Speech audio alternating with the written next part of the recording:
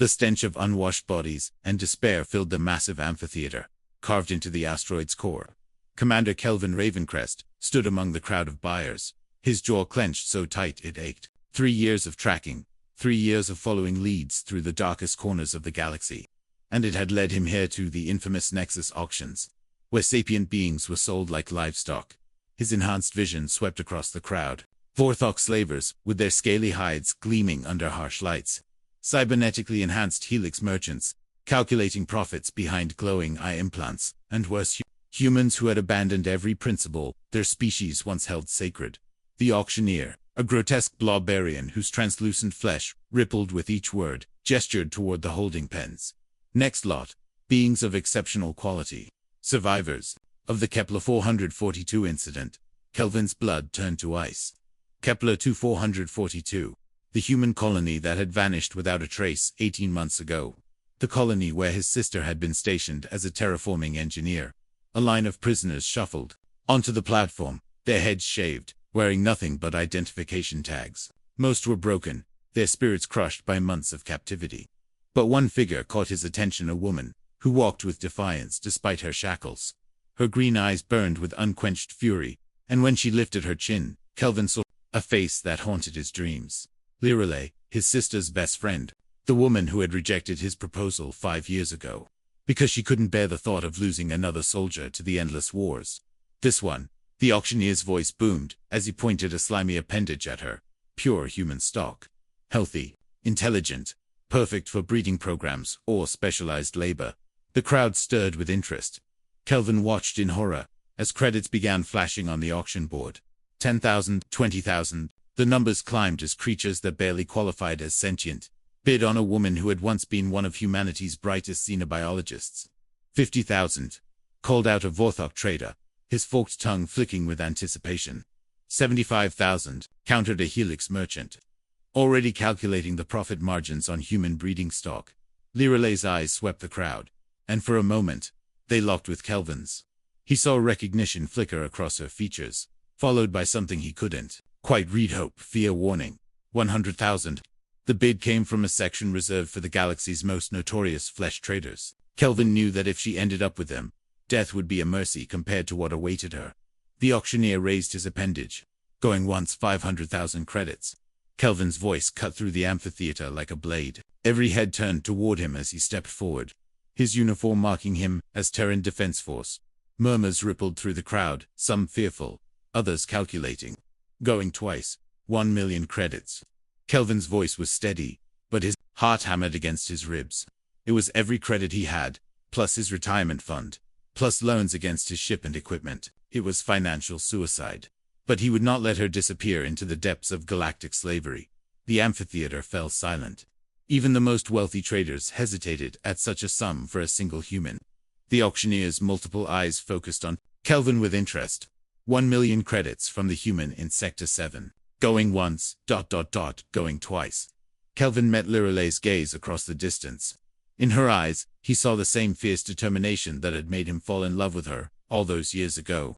She was still fighting, still unbroken despite everything they had put her through. Sold.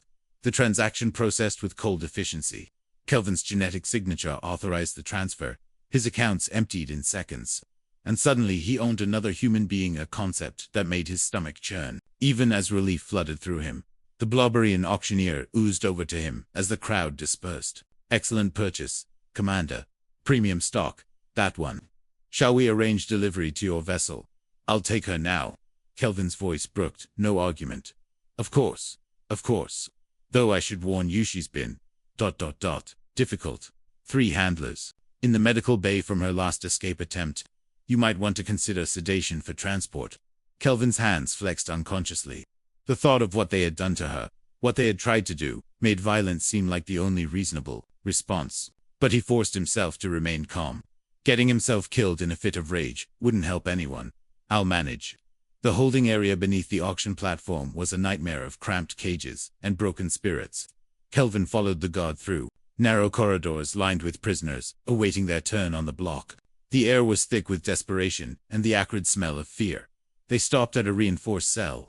Inside, Lirelei sat in the corner, her knees drawn up to her chest. She had positioned herself to see anyone approaching, and her eyes tracked their movement with predatory awareness. "She's all yours," the guard said, sliding a neural-controlled collar through the bars.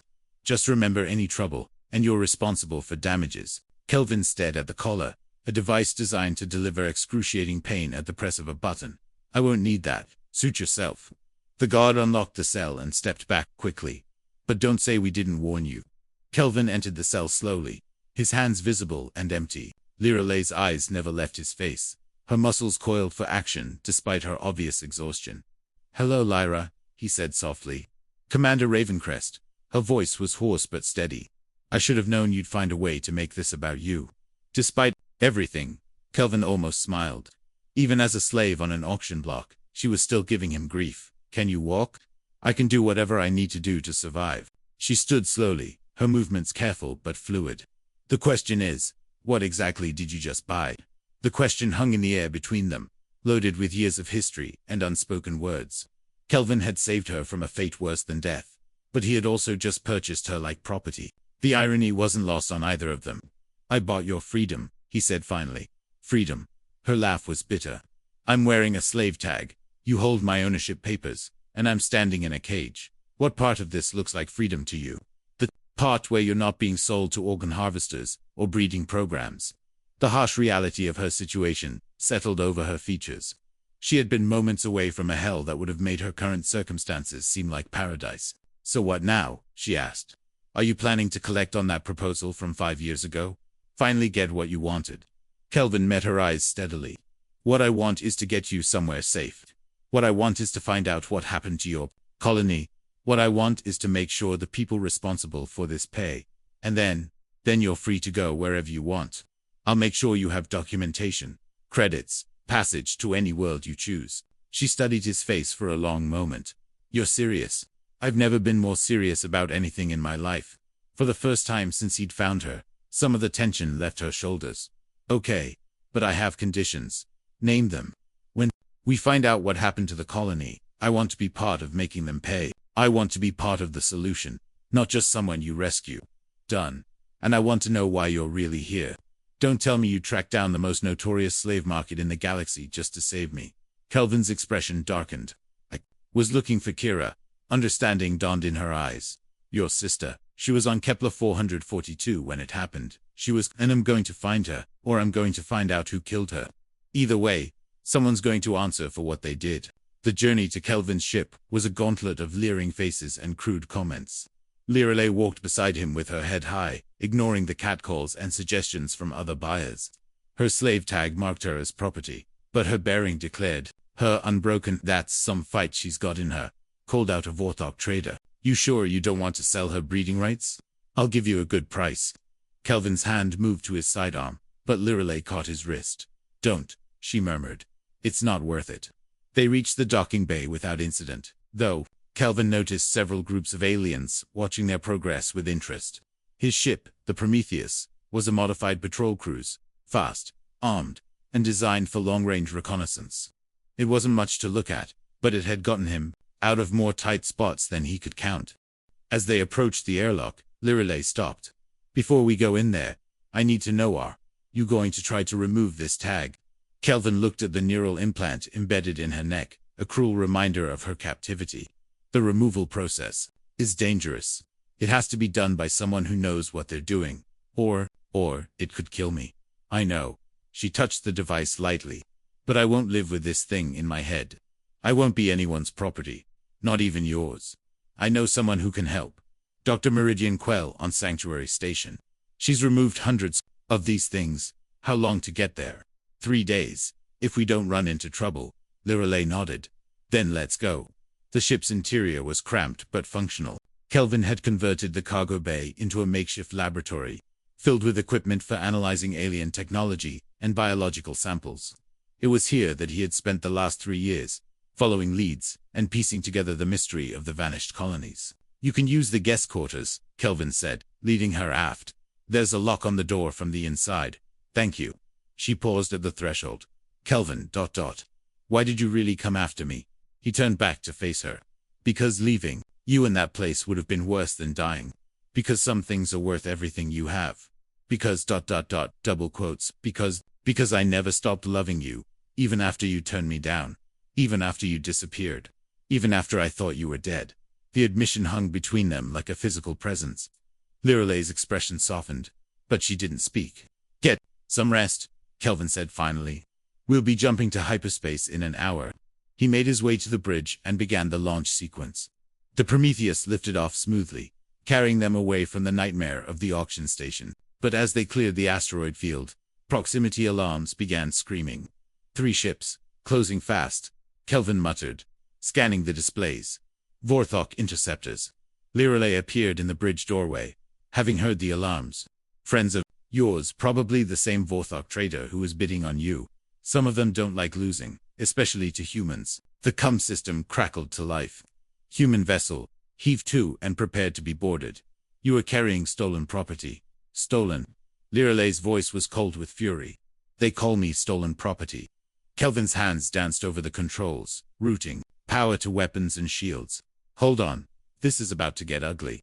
The first volley of plasma fire lit up the space around them. Kelvin threw the ship into a diving turn, using the asteroid field for cover. The Prometheus was fast, but 3-1 odds against dedicated fighters were not good. Can you shoot? Kelvin called out as another salvo rocked the ship. I'm a xenobiologist, not a gunner. Today, you're whatever we need you to be. He showed her the weapons console. Red button fires the main guns. Green button launches missiles. Try not to hit the asteroids. Liralay strapped herself into the gunner's seat just as the Vorthok ships came around a massive rock formation. She pressed the red button, and twin beams of coherent energy lanced out, catching one of the interceptors in its engine housing. The ship tumbled away, trailing atmosphere and debris. Good shot. Lucky shot. She corrected, but she was smiling grimly. The remaining 2 ships split up, trying to bracket them. Kelvin pulled the Prometheus into a tight spiral, using the ship's superior maneuverability to avoid their crossfire. But the asteroid field was thinning out, and soon they would be in open space with nowhere to hide. Jumping to hyperspace in 30 seconds, Kelvin announced. The calculations aren't complete. Then we better hope we don't jump into a star. The hyperspace motivator went as it built up charge. 20 seconds, 15, 10. A massive explosion rocked the ship, and warning lights flooded the bridge. One of the Vorthok ships had scored a direct hit on their port engine. Jump now. Liralay shouted. Kelvin slammed his fist on the jump control, and reality twisted around them as they plunged into hyperspace. The last thing he saw was the furious face of the Vorthok trader on the viewscreen, promising revenge. The hyperspace jump deposited them in the outer system of a red dwarf star, far from any inhabited worlds. Kelvin spent the next few hours running diagnostics and making repairs while Liralay worked to clean and organize his chaotic research materials. You've been busy, she said, spreading out star charts covered in his handwriting. 17 missing colonies, all in the outer sectors. All with populations under 50,000. All with something in common, Kelvin added, sealing a plasma conduit. They were all terraforming worlds, all working on atmospheric processors. That's not unusual. Most frontier colonies are terraforming operations. But these weren't random attacks. Look at the pattern. He joined her at the chart table, pointing to the marked systems. They're all along the same spiral arm, all within a 6-month journey of each other. And they were all taken in a specific order. Liralay studied the charts more carefully. You think someone was following the terraforming schedule? I think someone was looking for something specific. Something that would only be found on worlds undergoing atmospheric transformation. She pulled up another display, showing the geological surveys from the missing colonies. What kind of something? I don't know yet. But I think your colony found it first. The implications hung heavy in the air. 17 colonies. Hundreds of thousands of people. All dead or enslaved for some unknown resource. There's something else, Kelvin said, his voice tight. The auction records I managed to download before we left. The Kepler 442 survivors weren't the first humans they've sold. There have been others, from other missing colonies. How many others? Thousands. Maybe tens of thousands. They've been selling humans as slaves for over 2 years. Liralay sank into a chair, the weight of revelation crushing down on her. The children. There were children in our colony. Families. I know. Do you think? I think some of them are still alive. I think they're being held somewhere, processed for sale. And I think whoever is behind this has been very careful to make sure no one connects the dots. Until now. Until now. Kelvin pulled up another display, showing shipping records and cargo manifests. I've been tracking the supply chain. The slavers are well organized, but they're not the ones calling the shots. There's someone else, someone with serious resources and political connections. Any idea who? I have suspicions, but I need proof before I can act on them. Lirelay stood and moved to the viewport, staring out at the alien stars. What about the other survivors? The ones who were sold before us? That's where Dr. Quell comes in. She doesn't just remove slave tags. She runs an underground network that tracks and rescues trafficked beings. If anyone has information about the other survivors, it's her. And if she doesn't, then we find another way. We don't stop until we find them all. She turned back to him. This is bigger than just revenge for your sister, isn't it? It always was. But I needed to find you first. Why? Because you were there. Because you might remember something that everyone else missed. Because you're the only survivor I've found who still has fight left in her. Lirelay moved back to the research table, her scientist's mind already working through the data. You said the colonies were all terraforming operations. What if whatever they were looking for wasn't a resource? What if it was a byproduct of terraforming itself? What do you mean? Atmospheric processes don't just change the air composition. They transform the entire ecosystem. They break down existing compounds and restructure them at the molecular level. If someone was looking for a specific molecular configuration, they'd have to wait until the terraforming was complete. Kelvin's eyes widened as he grasped the implications. That's why they followed the schedule. They weren't looking for something that was already there. They were looking for something that would be created. But what could be valuable? Enough to destroy entire worlds. For Kelvin was already pulling up new data files. I don't know, but I have a feeling Dr. Quell might have some ideas. The ship's computer chimed with a proximity alert. They were approaching the edge of the system, ready to jump to their next destination. Sanctuary Station is 2 jumps away, Kelvin announced. We should be there in 18 hours. Good. Lirelay touched the slave tag at her neck. I want this thing out of my head. And then I want to start making some people pay for what they've done. As they prepared for the next jump, neither of them noticed the small tracking device hidden in the ship's ventilation system, a parting gift from the Vorthok trader, who had been so eager to reclaim his property. Sanctuary Station hung in the void like a sprawling metal flower, its multiple arms extending outward to accommodate ships of every size and configuration. Built inside a hollowed-out asteroid, it served as a neutral trading post and haven for those who operated outside the law, both criminals and heroes. Dr. Meridian Quell's clinic occupied an entire section of the station's medical level. Unlike the sterile, corporate facilities found on most worlds, her clinic felt more like a combination hospital and fortress. Armed guards flanked every entrance, and scanning devices ensured that no one entered carrying surveillance equipment or weapons. Commander Ravencrest, Dr. Quell greeted them at the reception area. She was a tall, elegant woman with silver-streaked hair and eyes that missed nothing. I heard you were coming, and this must be the patient. Lirelay stepped forward. Dr. Quell, I've heard about your work. Nothing good, I hope. The doctor's smile was sharp. Governments tend to frown on people who undo their handiwork. Follow me. They passed through several security checkpoints before reaching the surgical suite. The room was equipped with the most advanced medical technology available, much of it clearly Before we begin, Dr. Quell said, I need to know exactly what we're dealing with. This isn't a standard slave tag. She ran a scanner over the device embedded in Lirelay's neck. The display showed a complex neural interface with multiple connection points in what looked like a miniature power source. This is a Helix Industries Mark VII control collar, the doctor continued. Top of the line. It's designed not just to deliver pain, but to monitor and influence neural activity. They've been experimenting with behavioral modification. Meaning what? Kelvin asked. Meaning they could make people compliant, suppress aggression, enhance submissiveness, even implant false memories. The fact that you're still yourself, she said to Lirelay, suggests you have unusual neural resistance. Can you remove it? Yes, but it's going to hurt a lot. And there's a 20% chance of permanent neural damage. Lirelay didn't hesitate. Do it. The surgery took 3 hours. Kelvin paced the waiting room, his anxiety growing with each passing minute. When Dr. Quell finally emerged, her surgical scrubs were stained with blood. She lived, the doctor announced. Strong woman. Stronger than most. But she's going to need time to recover. How long? Physically, a few days.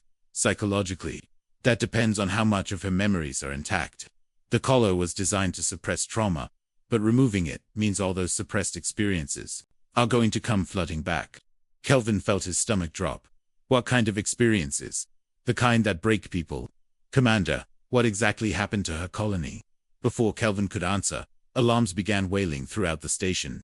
Emergency lights bathed the corridors in red, and the station's AI began broadcasting evacuation orders. Vorthok raiders, Dr. Quell said grimly. They've found us. Through the clinic's viewports, they could see the enemy ships, a full battle group, not the 3 interceptors they had faced before. Someone had called in significant reinforcements. How long do we have? Kelvin asked. 20 minutes, maybe less. The station's defenses won't hold them for long. We need to get Lirelei out of here. She's not going anywhere. She's barely conscious, and moving her could cause permanent damage. Kelvin looked through the window at Lirelei's unconscious form, surrounded by medical equipment. She looked so small, so vulnerable. After everything she had been through, he wasn't about to lose her. Now, Doctor, I need you to do something for me. What? I need you to make sure she gets out of here alive. I don't care what it costs or what you have to do. Get her somewhere safe. What about you? I'm going to buy you time. Dr. Quell grabbed his arm. Commander, that's a full battle group out there. You can't fight them alone. I'm not planning to fight them. I'm planning to give them what they want, which is me. They're not here for the station, they're here for me. I took their property, embarrassed them in front of their peers. This is about honor now. Vorthok honor usually involves flaying their enemies alive. Then you better make sure Lirelei is long gone before they get their hands on me. The station shook as the first wave of plasma fire struck its shields. Time was running out. There's a cargo ship on docking bay 7, Dr. Quell said reluctantly. The captain owes me a favor. I can get her passage to the inner systems. Do it, Commander. ... Double quotes, she hesitated. There's something else. About the colonies. About what happened to them. I've been treating survivors for 2 years, and I've learned things. Things that might help you. What kind of things? The people behind this, they're not just slavers. They're conducting experiments. Genetic experiments. They're trying to create something, and they need specific human genetic markers to do it. What are they trying to create? I don't know. But I know where they're doing it. There's a facility in the Maelstrom sector, hidden in a rogue planet. That's where they take the survivors who have the right genetic profile. How do you know this? Because I've been there. I've seen it. And I've been planning to destroy it. The rogue planet drifted through the void like a frozen tomb. Its surface scarred by ancient impacts and the slow decay of geological time. No star warmed its face. No atmosphere softened its harsh features. It was the perfect place to hide something that was never meant to be found. Lirelei had recovered enough to join the mission, though Dr. Quell had strongly advised against it.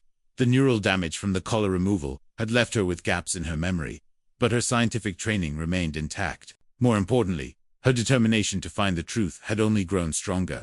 The facility is built into the planet's core, Dr. Quell explained as they approached in her stealth ship. It's been there for at least 5 years, maybe longer. The Helix Corporation built it as a research station, but they're not the ones running it now. Who is? Kelvin asked. Someone with connections to the highest levels of galactic government. Someone who can make entire colonies disappear without anyone asking questions.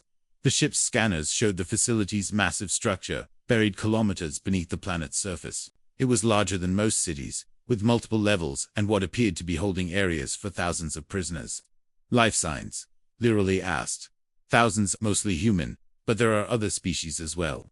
And something else, the power readings are off the charts. Whatever they're doing down there, it requires massive amounts of energy. They landed in a concealed hangar that Dr. Quell had discovered during her previous reconnaissance.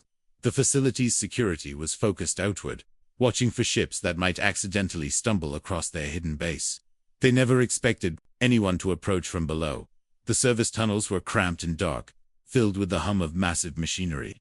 They made their way through kilometers of corridors, following Dr. Quell's memorized route toward the main laboratory complex. What exactly are we looking for? Kelvin whispered. Evidence, Dr. Quell replied. Something we can use to expose this operation to the galactic authorities. And if we find your sister? Lirelei asked. Then we get her out, along with everyone else we can save. They reached a ventilation grate that overlooked the main laboratory. Through the metal slats, they could see a sight that made their blood run cold. Rows of surgical tables filled the vast space, each one occupied by a human prisoner. Alien scientists in containment suits moved between the tables, performing procedures that looked more like torture than medicine. But it was the purpose of the procedures that made Lirelei gasp in horror. "They're harvesting genetic material," she whispered. "Not just taking samples, they're altering the prisoner's DNA and then extracting the modified cells. For what? I don't know, but look at the equipment. That's not medical technology, it's terraforming equipment. They're using the same molecular restructuring techniques we use to transform planetary atmospheres." Kelvin studied the scene below. Are they trying to create new species? Worse, they're trying to create hybrid organisms. Part human, part something else. Dr. Quell pointed to a section of the laboratory where the walls were transparent. Behind the glass, they could see massive containment tanks filled with cloudy liquid. Shapes moved within the tank shapes that might once have been human. "We need to get closer," Lirelei said. "I need to see their research data. Too dangerous. This place is crawling with security." Then we make a distraction. Kelvin was already moving toward a control panel. "Give me 2 minutes, then head for the main computer terminal." "What are you going to do?" "Something stupid." Kelvin made his way to the facility's main power junction. The security systems were sophisticated, but they weren't designed to keep out someone with military training and demolition experience. He planted explosive charges at critical points, then triggered a cascade failure that would shut down primary power throughout the facility. The lights went out, replaced by emergency illumination and the wail of alarm sirens. In the chaos that followed, Lirelei and Dr. Quell made their way to the main computer terminal. "I'm in," Lirelei announced, her fingers flying over the interface. "Downloading everything." "How long?" 2 minutes. They didn't have 2 minutes. Security forces were already converging on their position, their heavy footsteps echoing through the corridors. "There," Lirelei said, pulling out the data crystal. "Got it." "Got what?" "Everything. The entire project. The genetic modifications, the test subjects, the funding sources, and the location of the main breeding facility. There's another facility. 3 others. This is just the research station." They fought their way back through the facility, using the power outage and emergency evacuation to mask their escape. But as they reached their ship, they found it surrounded by security forces. "Freeze." The command came from a figure in advanced combat armor. "You're under arrest for corporate espionage and terrorist activities." "We're not the terrorists here," Kelvin called back. "We're trying to stop them." "That's what they all say." The figure removed their helmet, revealing a human face, a woman with cold eyes and military bearing. "I'm Major Elizabeth Kronos, Helix Corporation Security. You've caused us a great deal of trouble." "Good. We plan to cause you a lot more." "I don't think so. You see, we've been tracking you since you left the auction station. We know about your ship, your allies, your plans, and we know about the data you just stole. Then you know what you're doing here is monstrous."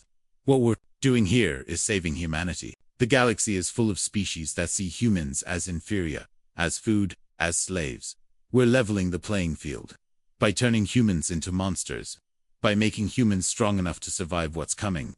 The standoff stretched taut, weapons trained on both sides. But before anyone could fire, the facility's main reactor exploded, the result of Kelvin's sabotage finally reaching critical systems.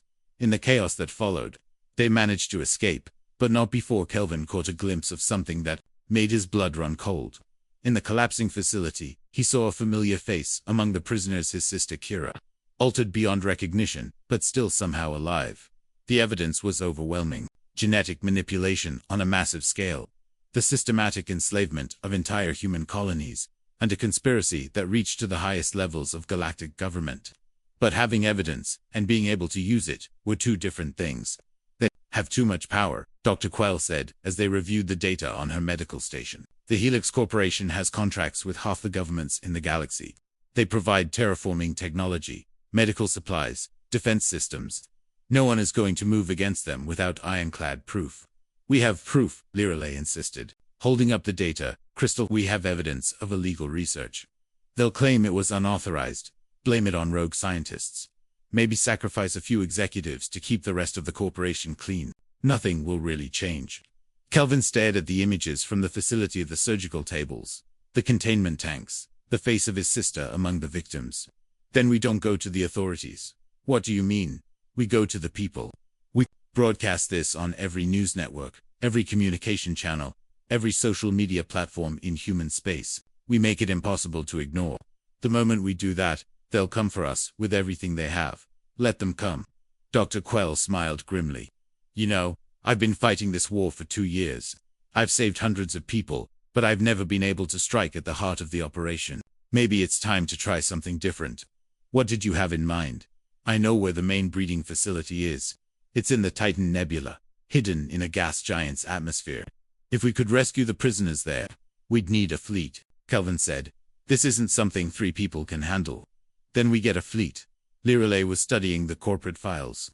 Look at this. The Helix Corporation has been conducting similar operations on non-human species. Vorthok, Tentheri, even some of the collective worlds. They're not just enslaving humans, they're targeting any species they think might be useful. So we have potential allies. Species that have been victimized by the same people who destroyed our colonies. The plan that emerged was audacious in its scope. They would broadcast the evidence simultaneously across the galaxy, targeting not just human worlds, but every species that had been affected by Helix Corporation's operations. At the same time, they would lead a multi-species fleet to the breeding facility and free the prisoners. It's suicide, Dr. Quell observed. Even if we can put together a fleet, the facility is heavily defended, and once we broadcast the evidence, every law enforcement agency in the galaxy will be hunting us. Then we better make sure we succeed, Kelvin said. The broadcast went live on every major network simultaneously. The evidence was undeniable video footage of the experiments, financial records, showing the slave trade, genetic profiles of the victims, and most damning of all, recorded conversations between Helix executives discussing the expansion of their operations. The reaction was immediate and explosive. Riots broke out on human worlds.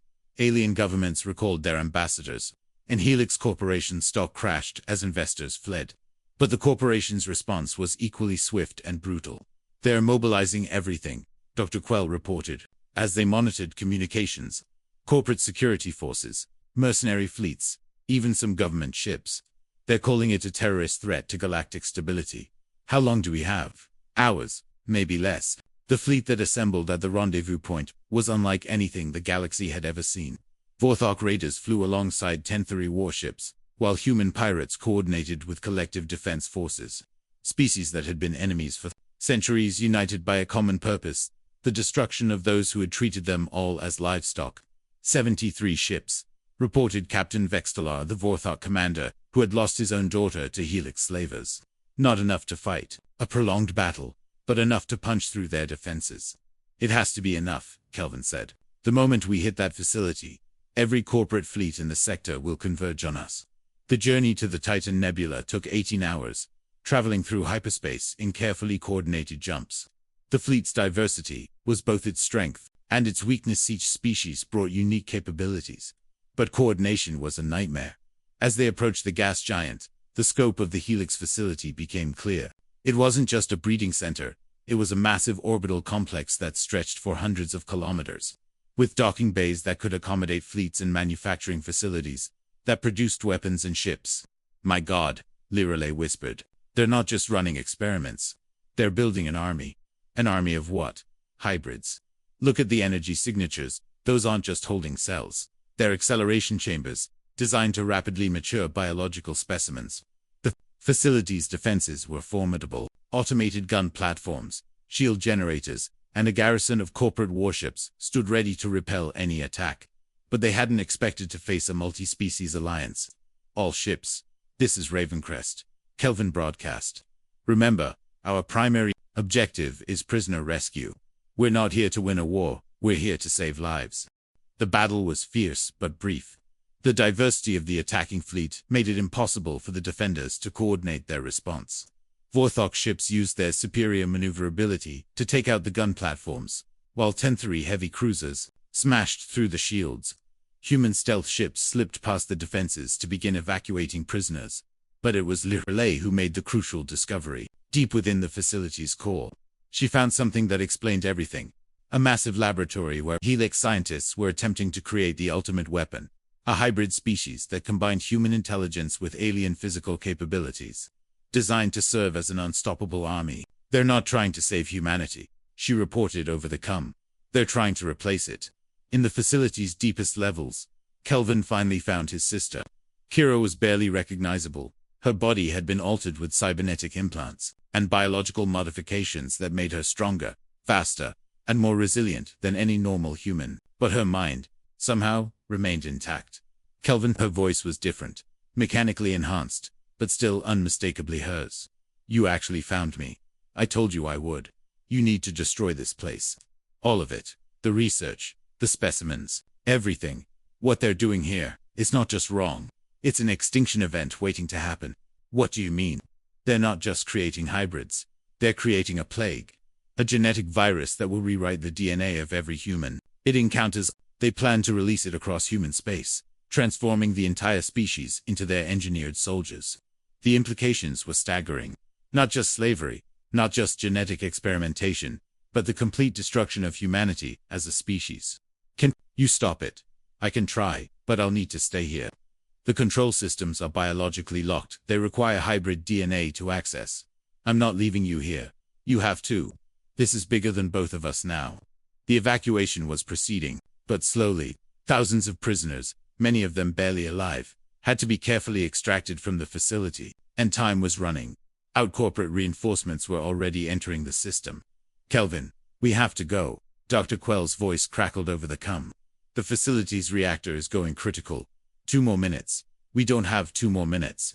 Kira was working frantically at the control interface, her modified fingers dancing over systems that responded to her hybrid biology. Got it. The plague virus is contained, but I need to purge the entire system to make sure it can't be recovered. Do it. The purge will destroy everything, including the life support systems. I won't be able to get out in time. Then we find another way. There is no other way. She turned to face him, and for a moment, he saw the sister he remembered beneath all the modifications. Tell me, you'll make sure this never happens again. I promise. Then go. And Kelvin, thank you for not giving up on me. The explosion that consumed the facility could be seen from orbit. The entire complex vanished in a ball of superheated plasma, taking with it years of research and the genetic virus that would have destroyed human civilization. The rescued prisoners were distributed among the fleet, each species taking responsibility for their own people. But the humans presented a problem. Many of them had been so severely modified that they couldn't return to normal society. We'll take care of them, Dr. Quell promised. There are places they can go, people who will help them adjust, and the evidence still broadcasting. The galaxy knows what Helix Corporation was doing. Some of their executives are already in custody, and more arrests are coming. Lirelei stood beside him at the viewport, watching the debris field where the facility had been. Do you think it's over? This part is. But there will be others. There always are. Then we'll stop them too. Kelvin looked at her, the woman he had bought as a slave, who had become his partner in bringing down the greatest conspiracy in galactic history. Together. The fleet began to disperse, each ship heading back to its home territory. But they had proven something that day, that when the truly powerful tried to treat sapient beings as property, those beings would unite across species lines to fight back.